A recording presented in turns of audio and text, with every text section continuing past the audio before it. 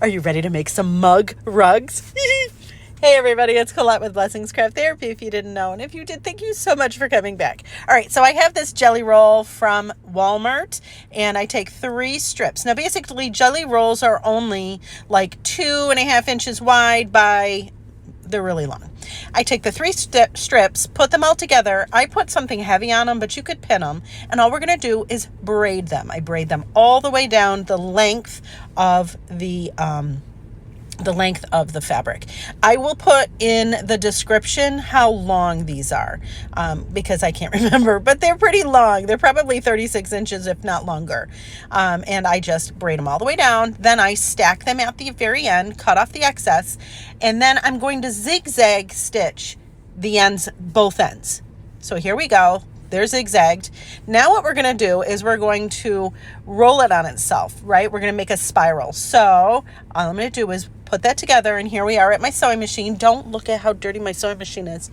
It's dusty. It's okay. So see how I rolled it together? And then we're going to zigzag, and you're going to use a zigzag stitch that's the biggest zigzag, widest zigzag stitch that you can. And then we're just going to go over it, okay? And then you're just going to keep, now you'll see me put my needle down and lift the presser foot up so that I can turn it.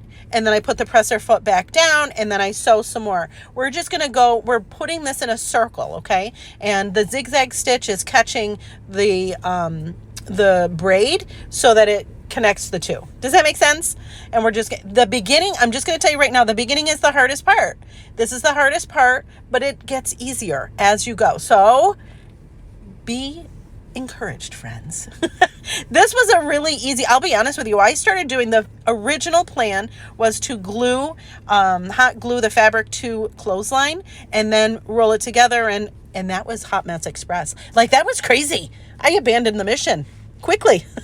This was so much easier. But you see how I went all the way around, and look at how cute it is. Now, I originally, when I was doing this, I just continued on and had the end, I didn't tuck it. I didn't do anything. I just had the end open. So it was kind of like you could see, and you'll see when I'm done with this, what the end looks like. So there's 2 ways you can do the end.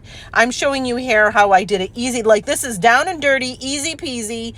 Like, honestly, if you are a new sewer, or if you're a sewer that hasn't sewn for a really long time and you need a project to get back into it, this might be the one, because this was so easy and it looks so good.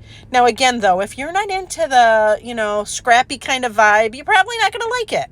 If you're into a fussy kind of make it perfect kind of thing, you also probably won't like it. But if you're like me and you like it, like, let's just get her done, scrappy's good, vintage is good, then you might love it. So you'll see here again, I'm just going and sewing. And see how I have, this is what I was talking about. I just left it raw. The other way you could do it is tuck that behind and then sew over it.